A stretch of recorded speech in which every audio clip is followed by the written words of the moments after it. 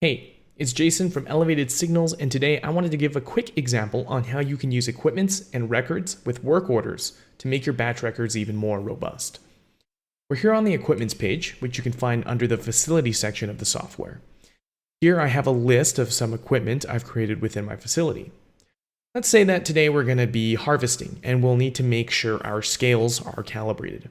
I've already got our default calibration form open here, and I'll go ahead and fill this out, selecting the piece of equipment we're calibrating. In this case, our scale. Just like how records can be related to batches, they can also be related to equipment.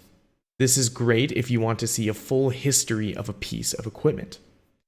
However, since these records are attached to equipment explicitly, they won't be attached to your batch records when you need them. To do that, let's take a look at this harvest work order I have in progress. I can use the equipment section of the work order to attach the scale I've used for my harvest.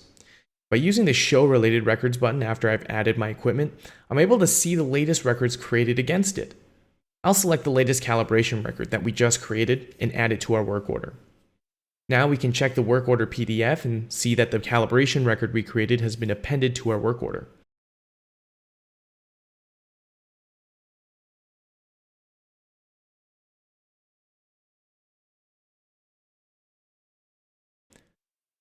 Let's close up this harvest and go download a batch PDF.